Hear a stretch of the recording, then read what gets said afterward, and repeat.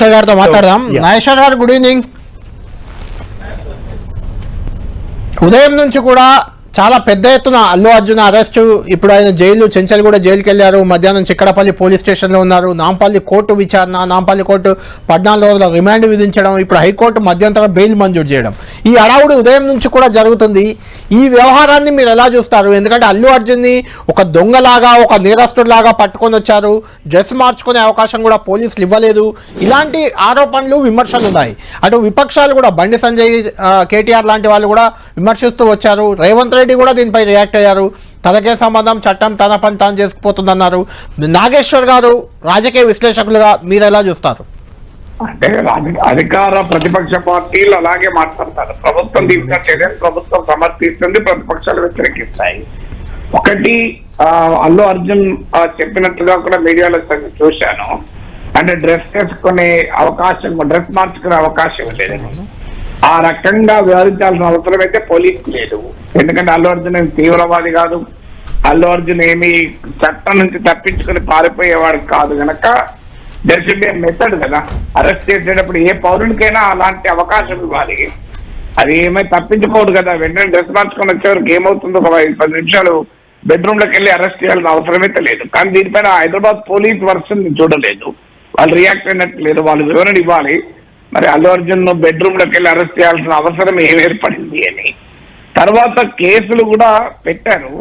చట్టం తన పని తాను చేసుకుంటూ పోతుంది అని జనరల్ గా అంటారు. కానీ ఆ కేసులు చూస్తే కల్పబుల్ హోమిసైడ్ అని. కల్పబుల్ హోమిసైడ్ అనేది చాలా పెద్ద క్రైమ్. అంటే ఒక రకంగా హత్య కాదనుకోండి, not amounting to murder, but కానీ మర్డర్ కు దారి తీసేటువంటి దోషపూరిత నేరం ఇది. అందువల్ల అంత ఇందులో ఒకవేళ అల్లు అర్జున్ ది తప్పు ఉంటే అది నెగ్లిజెన్స్ అనేది ఉంటుంది. కానీ కావాలని తెలిసి ఈ సంఘటన జరగడానికి అల్లు అర్జున్ అయితే దోహదం చేయడు కదా. మనకంటే ఎవరు దోహదం చేయరు. ఇక అల్లు అర్జున్ హైకోర్టులో వేసిన క్వాష్ పిటిషన్ లో నేను పోలీసులకు ఇన్ఫార్మ్ చేశాను, సంధ్య థియేటర్ యాజమాన్యానికి ఇన్ఫార్మ్ చేశాను అన్నారు.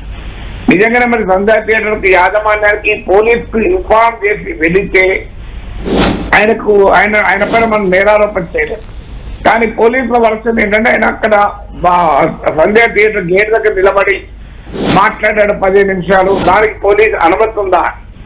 అందువల్ల న్యాయంగా అయితే ఆ సంధ్య థియేటర్ దగ్గర చాలా నారో స్పేస్ ఉంటుంది. లాజిస్టిక్స్ రీత్యా అక్కడికి వెళ్ళకపోవడమే కరెక్ట్. కానీ అది ఏం సెంటిమెంట్ అర్థం కాదు. కానీ యాక్టర్లతో అక్కడికే పోతారు. అందువల్ల ఈ ఇన్సిడెంట్ లో డైరెక్ట్ గా కల్పబుల్ హోమసైడ్ అనేది అదే స్థాయిలో అల్లు అర్జున్ పైన ఆరోపణ చేయడము, అది ఎంత మేరకు కోర్టులో నిలబడుతుంది అనేది కూడా అనుమానం. అంటే నాగేశ్వర్ గారు, ఇక్కడ ఒక పాయింట్ ఏంటంటే అల్లు అర్జున్కి సంధ్యా థియేటర్కి వెళ్లేందుకు సంధ్యా థియేటర్ యాజమాన్యం అనుమతి తీసుకున్నారు. అల్లు అర్జున్, రష్మిక వస్తున్నారని అనుమతి ఉంది. అయితే పోలీసులు చెప్తుంది ఏంటంటే అక్కడ రోడ్ షో లాగా చేశారు, థియేటర్ ముందు నిలబడి మాట్లాడారు, దానివల్ల క్రౌడ్ ఎక్కువ గ్యాదర్ అయింది, దానివల్లే ఈ పరిస్థితి వచ్చింది అనేది ఒక పాయింట్ పోలీసులు చెప్తున్నారు. అయితే అల్లు అర్జున్ తరఫు న్యాయవాదిలో ఇంకొక లాజిక్ పాయింట్ చెప్పారు. అల్లు అర్జున్ అక్కడ ఉన్నందుకు ఈ ఏదైతే జరిగిందో, మహిళ మృతి చెందిందో, అలాంటప్పుడు పోలీసులు కూడా అక్కడ ఉన్నారు, వాళ్ళపై కూడా కేసులు పెట్టాలనేది ఒక పాయింట్. రెండోది, ఆ మృతి చెందిన మహిళ ఎవరైతే ఉన్నారో ఆ మహిళ భర్త కొద్దిసేపటి క్రితమే మీడియా ముందుకు వచ్చారు. ఆల్రెడీ ఆ కుటుంబానికి 25 లక్షలు అల్లు అర్జున్ ప్రకటించారు. దాంతో అల్లు అర్జున్ని పై నేను ఫిర్యాదు చేయలేదు, అవసరమైతే నా ఫిర్యాదును వెనక్కి తీసుకుంటానని కూడా ఆయన భర్త చెప్తున్నారు. ఈ మొత్తం వ్యవహారంలో నిజానికి అల్లు అర్జున్ పాత్ర ఎంత ఉంది, ఏ మేరకు ఉందంటే మీరేమంటారు? అంటే ఇప్పుడు నేరము జరిగిన తర్వాత బాధితులు కేసు పెట్టడము, విత్డ్రా చేసుకోవడంతో సంబంధం ఉండదు. నాకు తెలిసినంత వరకు లీగల్ ప్రాసెస్, బాధితులు విత్డ్రా చేసుకుంటాడన్నా కూడా ప్రాసెస్ నడుస్తుంది. రెండవది, పోలీసులది తప్పని అనలేదు. పోలీసులు కూడా ఈ ఘటనకు కారణం అని ఎలా అంటాం? పోలీసులు మాక్సిమం అయితే ఈ ఘటన జరగకుండా అవసరమైన బందోబస్తు ఎందుకు చేయలేదు అనే ప్రశ్న వస్తున్నది. అంటే పోలీసుల వైఫల్యం ఉంది అని. కానీ పోలీసులే కారణం అని కల్పబుల్ హోమిసైడ్ కేసు పోలీసులు పెట్టలేదు కదా. అందువల్ల ఆ ఆర్గ్యుమెంట్ లో పసలేదు. ఇక అల్లు అర్జున్ మరి అక్కడికి వచ్చి కావాలని రోడ్ షో చేశాడా? అల్లు అర్జున్ లాంటి వాళ్ళు వచ్చిన తర్వాత అనివార్యంగా రోడ్డు బ్లాక్ అయిపోతుంది. అల్లు అర్జున్ డైరెక్ట్ గా సంధ్యా థియేటర్ పైన హెలికాప్టర్ లో దిగలేదు కదా. ఆయన రోడ్డు మార్గాన వచ్చాడు, రోడ్డు మార్గాన వస్తాడని తెలుసు. రోడ్డు మార్గాన వచ్చినప్పుడు అక్కడ ఉన్న స్పేస్ అందరికీ తెలుసు. అతను ఆటోమేటిక్ గా మెయిన్ గేట్ ద్వారానే వెళ్ళి ఉండాలి. ఇంకో దానికి వెనకకెళ్ళి గేట్లకి వెళ్తే అది ఇంకా ఎక్కువ కూడా రష్ ఉండొచ్చు, ప్రమాదం. అందువల్ల ఒక విమర్శ ఏమొస్తుంది, పోలీసుల వైఫల్యాన్ని తప్పిపుచ్చుకోవడానికి అల్లు అర్జున్ పైన కేసు పెడుతున్నానని. అందువల్ల ఇందులో మనం తొందరగా కన్క్లూజన్ రావడం కన్నా కూడా లెట్ ది కోర్ట్ జడ్జ్ భిన్నమైన ఎవిడెన్స్ ఏంటి, ఆర్గ్యుమెంట్స్ ఏంటి, కౌంటర్ ఆర్గ్యుమెంట్స్ ఏంటి, పోలీసులు మాకు సమాచారమే లేదు అని అన్నట్టు కూడా మీడియాలో చదివాను. అందువల్ల ఫండమెంటల్ పాయింట్, అల్లు అర్జున్ గనక సమాచారం ఇవ్వకుండా వెళితే ఖచ్చితంగా ఆయన నేరస్తులంట. సమాచారం ఇచ్చిన తర్వాత ఇక గేట్ దగ్గర నిలబడి ఆయన మాట్లాడే అనుమతి లేదు అనేది వాదన అయితే దాని కౌంటర్ వాదన ఉంటుంది. గేట్ దగ్గర నిలబడడం అనేది ఇప్పుడు నాలాంటి వాడు మీటింగ్ లోకి పోతేనే మీటింగ్ అయిపోయినాక సెల్ఫీ అనుకుంటూ 30 మంది స్టేజ్ మీదకి వస్తారు. మరి అది నేను అనుమతి ఇచ్చినా అనుమతి ఇవ్వలేదు అన్నది సమస్య కాదు. ఇది నాలాంటి ఒక సాధారణ వ్యక్తికి ఈ వాతావరణం ఉంటే నాతో పోలిస్తే ఒక 1 కోటి రేట్లు 100 కోట్ల రేట్లు ఎక్కువ అల్లు అర్జున్. మరి అల్లు అర్జున్ వచ్చినప్పుడు ఏ రకంగా ఉంటుందో మనం ఊహించుకోగలం కదా. అందువల్ల అల్లు అర్జున్ మొదలు అక్కడికి రావడాన్ని అనుమతించాల్సి లేకుండే పోలీసులు. మరి ఇప్పుడు వద్దండి, ఇది చాలా జనం పెద్ద ఎత్తున మొబిలైజ్ కావచ్చు, this is not the right place అని చెప్పండి. కానీ సంధ్యా థియేటర్ లోనే సెంటిమెంట్ కోసం నటులు వస్తారు. ఇంతవరకు ఎప్పుడు పోలీసులు అబ్జెక్షన్ చెప్పలేదు. సో అందువల్ల ఇందులో పోలీసులది ఉన్నా, అల్లు అర్జున్ ఉన్నా, ఎవరిది ఉన్నా కావాలని చేశారని అర్థం. బట్ జరగకూడదు జరిగింది. అందులో నేరపూరిత నిర్లక్ష్యము ఉందా, లేకుంటే నిజంగానే ద్రోహపూరిత నేరం ఉందా, ఇవన్నీ కూడా matter of law.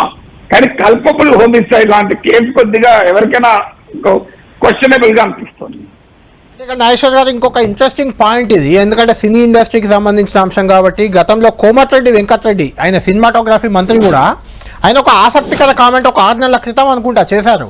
Cinema industry అధికారం మారిన తర్వాత, రేవంత్ రెడ్డి ముఖ్యమంత్రి అయిన తర్వాత మమ్మల్ని ఎవరు వచ్చి కలవలేదు, మమ్మల్ని ఎవరు అభినందించలేదు, ఇలాంటి కొన్ని ఇంట్రెస్టింగ్ కామెంట్లు చేశారు. అంటే అది దృష్టిలో పెట్టుకొని ఏమైనా అల్లు అర్జున్ లేకుంటే సినిమా ఇండస్ట్రీని ఏమైనా టార్గెట్ చేశారు అంటే అల్లు అర్జున్నే మేము లోపలేయగలిగాం, జాగ్రత్త మీరు అని ఒక ఇండికేషన్ పంపారు అని ఒక చర్చ కూడా బయట కొంత జరుగుతుంది. మీరు దాన్ని ఎలా చూస్తారు? అంటే ఇప్పుడు మన దగ్గర ఇక్కడ జరిగిన తర్వాత ఎవరి సిద్ధాంతం వాడు, ప్రజాస్వామ్యము, liberty of thought and belief రాజ్యాంగం కల్పిస్తుంది. ఎవరు ఏదైనా విశ్వసించవచ్చు, ఏదైనా మాట్లాడవచ్చు. కాంగ్రెస్ గవర్నమెంట్ కు అల్లు అర్జున్ కు మధ్య ఏమైనా పర్సనల్ పంచాయతీ లేదు, పొలం పంచాయతీ లేదు, గట్టు పంచాయతీ లేదు. దీని వల్ల పోనీ ఖచ్చితంగా లాభం అవుతుందని కూడా చెప్పలేము. ప్రజల్లో కూడా 2 రకాల ఒపీనియన్స్ ఉన్నాయి. అల్లు అర్జున్ ఎందుకు పోవాలి, అల్లు అర్జున్ ఈ యాక్టర్లు ఎందుకు పోతారు తెలియదా అని జనం అనుకుంటున్నారు. అదే సమయంలో అల్లు అర్జున్ తప్పేముంది అంటున్నాను. నేను ఒక పోల్ పెడుతున్నా యూట్యూబ్ ఛానల్లో, దాదాపు ఈక్వల్ ఉన్నది ఇదో అటు అభిప్రాయం. అందువల్ల ప్రభుత్వం ఎందుకు రిస్క్ తీసుకుంటుంది, ఓవర్వేమింగ్ గా ఒకవైపు లేదు కదా. అల్లు అర్జున్ సంగతి చూడాలి, ఎట్టి పరిస్థితులు అరెస్ట్ చేయాలని కూడా పబ్లిక్ ఒపీనియన్ ఏం లేదు. అందువల్ల ఇలాంటి ఉన్నప్పుడు అల్లు అర్జున్ కు కాంగ్రెస్ ప్రభుత్వానికి మధ్య కాంట్రవర్సీ కూడా లేదు. మళ్ళీ ఫిలిం ఇండస్ట్రీని గ్రిప్ లో పెట్టుకోవడానికి ప్రభుత్వమే తలుచుకుంటే చాలా మార్గాలు ఉంటాయి కదా. నువ్వు టికెట్ ధరలు పెంచుకొని ఇవ్వకూడదు, పుష్ప 2 టికెట్ ధరలు పెంచుకొని ఇచ్చాను కదా. మరి అలాంటప్పుడు నిజంగానే ప్రభుత్వానికి ఫిలిం ఇండస్ట్రీని కంట్రోల్ చేయాలి, అల్లు అర్జున్ సంగతి తెలుసాలనుకుంటే మరి టికెట్ ధరలు పెంచుకొని. అయినా అల్లు అర్జున్ మామయ్య ఫాదర్ ఇన్ లా కాంగ్రెస్ నాయకుడు, మల్కాజ్గిరి కాంగ్రెస్ అభ్యర్థి కూడా చర్చకు వచ్చింది. అవును, కాంగ్రెస్ నాయకుడు కరెక్ట్. ఆయన నాయకుడు మల్కాజ్గిరి కాంగ్రెస్ క్యాండిడేట్ కావాల్సినాడు. అవును, ఇది వన్ ఆఫ్ ద ఆస్పిరెంట్. అందువల్ల కాంగ్రెస్ పార్టీకి అల్లు అర్జున్ కుటుంబానికి కూడా సంబంధాలు ఉన్నాయి కదా. సో అయినా తెలంగాణ రాజకీయాలతో తెలుగు ఫిలిం ఇండస్ట్రీకి ఏం లేదు. ఏమైనా ఉంటే ఆంధ్ర రాజకీయాలతో ఉంటుంది కానీ తెలంగాణ రాజకీయాలకు ఇప్పుడే కాదు ఎప్పుడు కూడా తెలుగు ఫిలిం ఇండస్ట్రీకి పెద్దగా ఎప్పుడు లేదు. ఇప్పుడు పవన్ కళ్యాణ్ అనుకోండి, కేసీఆర్ తో మంచి సంబంధాలు ఉన్నాయి, అందరితో మంచి సంబంధాలు. అవును.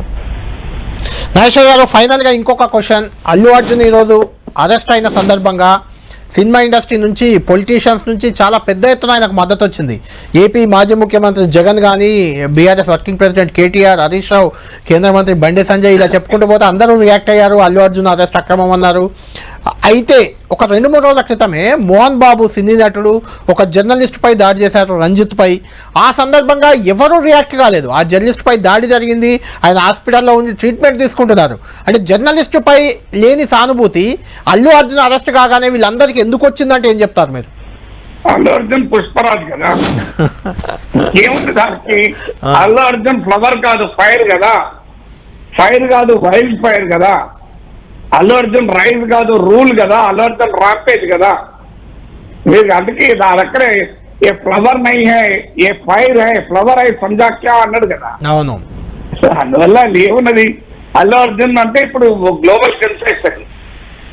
మీకు భారతదేశ ఫోర్బ్స్ ఇండియా లాంటి పత్రికలు ఇండియా హైయెస్ట్ పేడ్ యాక్టర్ గా ప్రకటించింది. షారూక్ ఖాన్, సల్మాన్ ఖాన్, అమీర్ ఖాన్, కమల్ హాసన్, రజనీకాంత్, విజయ్, అక్షయ్ కుమార్ వీళ్ళందరినీ బీట్ చేశాడు. మామూలు విషయం కాదు కదా. అందువల్ల అల్లు అర్జున్ తరఫున నిలబడితే చాలా మందికి ఉచిత పబ్లిసిటీ కూడా వస్తుంది.